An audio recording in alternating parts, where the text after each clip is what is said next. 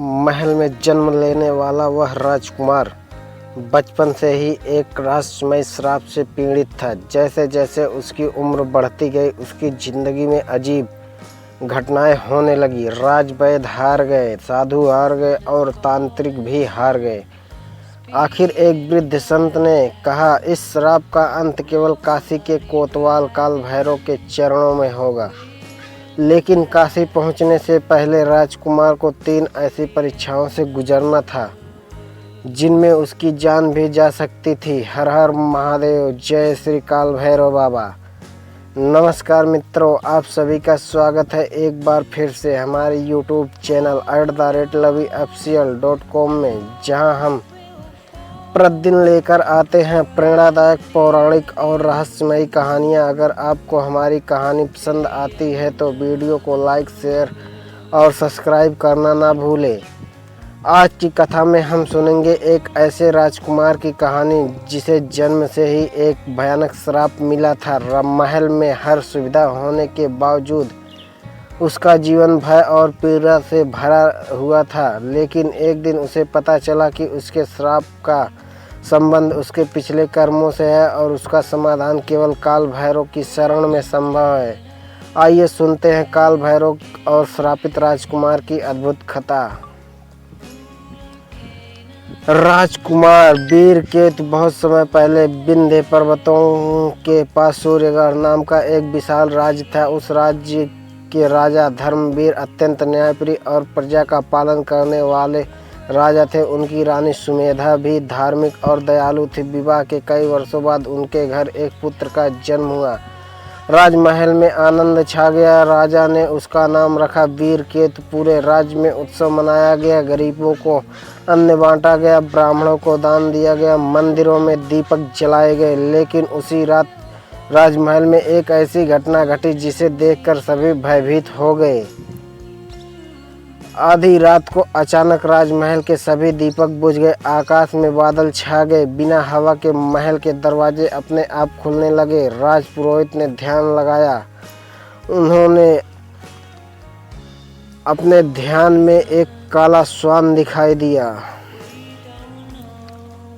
उसके पीछे एक विशाल त्रिशूल चमक रहा था। राजपुरोहित घबरा गए। उन्होंने राजा से कहा, महाराज, बालक साधारण नहीं, इसके जीवन में किसी पुराने कर्म का प्रभाव दिखाई दे रहा है।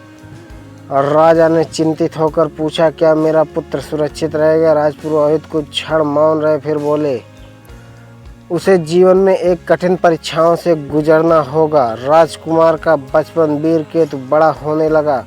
वह अत्यंत बुद्धिमान और साहसी था, लेकिन उसके साथ अजीब घटनाएं होती रहती। वह जब 5 वर्ष का हुआ तो एक दिन उसे महल के आंगन में एक काले श्वान को देखा। वह श्वान कुछ क्षण उसे देखता रहा और फिर अचानक गायब हो गया। वीरकेतु ने अपनी माँ से कहा, माँ, वह कुत्ता मुझे बुला रहा था। रानी ने घबराकर उसे अपने पास खींच लिया। पहला संकेत, 10 वर्ष की उम्र में एक रात वीरकेतु नींद में उठकर महल के बाहर चला गया। सैनिकों ने उसे रोक लिया। राजकुमार ने कहा, मुझे कोई आवाज दे रहा था। सैनिकों ने पूछा, कौन? राजकुमार बोला, कोई कह रहा था, काशी आओ। यह सुनते ही राजपुरोहित को पुरानी भविष्यवाणी याद आ गई। 16 वर्ष की उम्र में अचानक वीरकेतु को एक अजीब बीमारी ने घेर लिया। कभी उसके शरीर में तेज बुखार होता, कभी वह घंटों तक बेहोश रहता, कभी उसकी आंखों के सामने अजीब दृश्य दिखाई देते। राजवैद्य ने अनेक औषधियां दी, लेकिन कोई लाभ नहीं हुआ। दूर दूर से चिकित्सक बुलाए गए, फिर भी बीमारी का कारण किसी को समझ नहीं आया। तांत्रिकों की असफलता। राजा ने कई प्रसिद्ध साधकों और तांत्रिकों को बुलाया। किसी ने मंत्र पढ़े, किसी ने यज्ञ किए, किसी ने रक्षा कवच बनाया, लेकिन वीरकेतु की स्थिति और बिगड़ती गई। एक रात अचानक उसने आंखें खोली और कहा, मेरे पीछे कोई खड़ा है। सबने पीछे देखा, वहाँ कोई नहीं था। फिर राजकुमार बोला, वह कह रहा है मेरा समय पूरा होने वाला है। राजा भयभीत हो गए। वृद्ध संत का आगमन। उसी समय राज्य में एक वृद्ध संत आए। उनका नाम था ऋषि त्रिलोचन। राजा ने उन्हें सारी बात बताई। ऋषि ने राजकुमार को ध्यान से देखा, फिर बोले, यह रोग नहीं है, यह पुराने कर्मों का बंधन है। राजा ने पूछा, इसका समाधान क्या है? ऋषि ने उत्तर दिया, काशी जाओ, काल भैरव की शरण लो। राजा ने कहा, क्या इतनी दूर यात्रा करने से मेरा पुत्र ठीक हो जाएगा? ऋषि बोले, केवल यात्रा से नहीं, उसे अपने शरीर के भय और अहंकार को त्यागना होगा। उन्होंने राजकुमार की ओर देखकर कहा, वीर केतु, तुम्हें 3 परीक्षाएं देनी होगी। राजकुमार ने पूछा, कौन सी परीक्षाएं?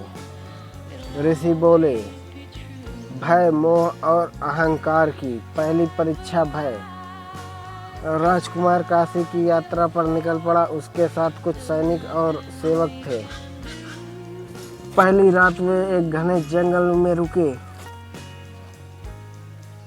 आधी रात को अचानक चारों ओर जंगली जानवरों की आवाज आने लगी। सैनिक डर गए। तभी वीर केतु ने देखा कि सामने एक विशाल काला श्वान खड़ा है। वही श्वान जो उसे बचपन से दिखाई देता था। वह धीरे धीरे जंगल की ओर चला। वीर केतु उसके पीछे पीछे चल पड़ा। सैनिकों ने रोकना चाहा, लेकिन राजकुमार ने कहा, मुझे जाने दो, शायद यही मेरी पहली परीक्षा है। अंधेरी गुफा। श्वान राजकुमार को एक गुफा तक ले गया। अंदर घोर अंधकार था। वीर केतु ने कदम रखा। अचानक उसे चारों ओर भयानक आवाजें सुनाई देने लगी। उसे लगा जैसे कोई उसे मारने आ रहा हो, लेकिन उसने आंखें बंद कर ली और कहा, ओम काल भैरवाय नमः। धीरे धीरे सारी आवाजें शांत हो गई। जब उसने आंखें खोली तो गुफा खाली थी।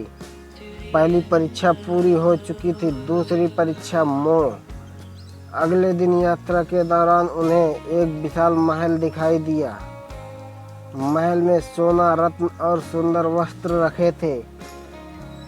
एक दिव्य स्वर आया, वीर केतु, यदि तुम यहीं रुक जाओ तो तुम्हारा राज्य संसार का सबसे समृद्ध राज्य बन जाएगा। राजकुमार कुछ क्षण सोचने लगा। फिर उसे अपनी बीमारी और काल भैरव की शरण याद आई। उसने कहा, जिस धन के कारण मनुष्य अपने उद्देश्य को भूल जाता, वह धन मेरे किसी काम का नहीं। महल उसी क्षण गायब हो गया। दूसरी परीक्षा भी पूरी हो गई। तीसरी परीक्षा अहंकार।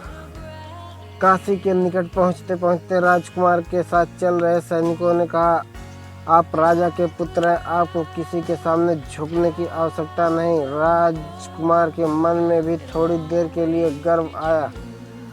उसी समय रास्ते में एक वृद्ध भिखारी दिखाई दिया। वह बोला, राजकुमार, मुझे भोजन दे दो।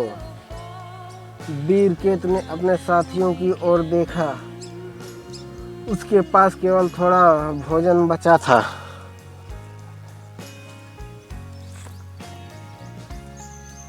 कुछ क्षण बाद उसने अपना भोजन उस वृद्ध को दे दिया। वृद्ध ने मुस्कुराकर कहा, आज तुमने स्वयं को जीत लिया। अगले ही पल वृद्ध वहाँ नहीं था। काशी में प्रवेश। राजकुमार काशी पहुंचा। गंगा के दर्शन होते ही उसकी आंखों से आंसू निकल आए। उसने कहा, बाबा काल भैरव, मैं आपके द्वार तक पहुंच गया। सबसे पहले उसने गंगा में स्नान किया, फिर काल भैरव के मंदिर की ओर चला। मंदिर में रहस्यमयी घटना। जैसे ही वह मंदिर के द्वार पर पहुंचा, वही काला श्वान उसके सामने आ गया। राजकुमार उसके पीछे मंदिर में गया। मंदिर की घंटियां बजने लगी। दीपक की लौ तेज हो गई। राजकुमार ने आंखें बंद करके प्रार्थना की, बाबा, यदि मेरे जीवन में कोई दोष है तो मुझे क्षमा कीजिए। मुझे सत्य के मार्ग पर चलने की शक्ति दीजिए। अचानक मंदिर के भीतर दिव्य प्रकाश फैल गया। राजकुमार ने आंखें खोली, उसके सामने भगवान काल भैरव प्रकट थे। हाथ में त्रिशूल, मस्तक पर तेज, गले में मुंडमाला और चरणों के पास वही दिव्य श्वान। राजकुमार उनके चरणों में गिर पड़ा। श्राप का रहस्य। काल भैरव ने कहा, वीर केतु, तुम्हारे ऊपर कोई अन्यायपूर्ण श्राप नहीं था, यह तुम्हारे पूर्व कर्मों का बंधन था। राजकुमार ने सिर झुका लिया। भगवान बोले, पूर्व जन्म में तुम्हें शक्ति मिली थी, लेकिन तुमने उसका उपयोग दूसरों को भयभीत करने के लिए किया। इस जन्म में तुम्हें भय का अनुभव इसलिए कराया गया ताकि तुम समझ सको कि भय से जीना कितना कठिन होता है। राजकुमार की आंखों से आंसू बहने लगे। कर्म का परिवर्तन। काल भैरव बोले, कर्म का फल टाला नहीं जा सकता, लेकिन सच्चे पश्चाताप, सेवा और धर्म से मनुष्य अपने जीवन की दिशा बदल सकता है। उन्होंने राजकुमार के मस्तक पर हाथ रखा। क्षण भर के लिए उसके शरीर का सारा कष्ट समाप्त हो गया। उसके भीतर अद्भुत शांति उतर आई। राजकुमार का संकल्प। वीर केतु ने कहा, प्रभु, आज से मैं अपनी शक्ति का उपयोग केवल प्रजा की रक्षा के लिए करूंगा। काल भैरव ने कहा, यही तुम्हारा वास्तविक उपचार है। इतना कहकर भगवान अंतर ध्यान हो गए। काला श्वान भी धीरे धीरे मंदिर से बाहर चला गया।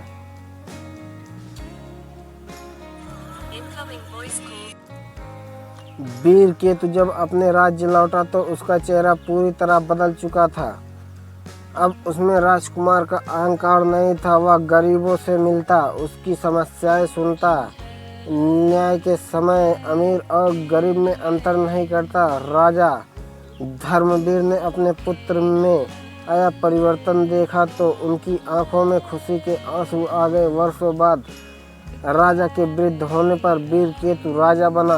उसने राज्य में एक नियम बनाया, राजमहल का पहला अधिकार प्रजा है।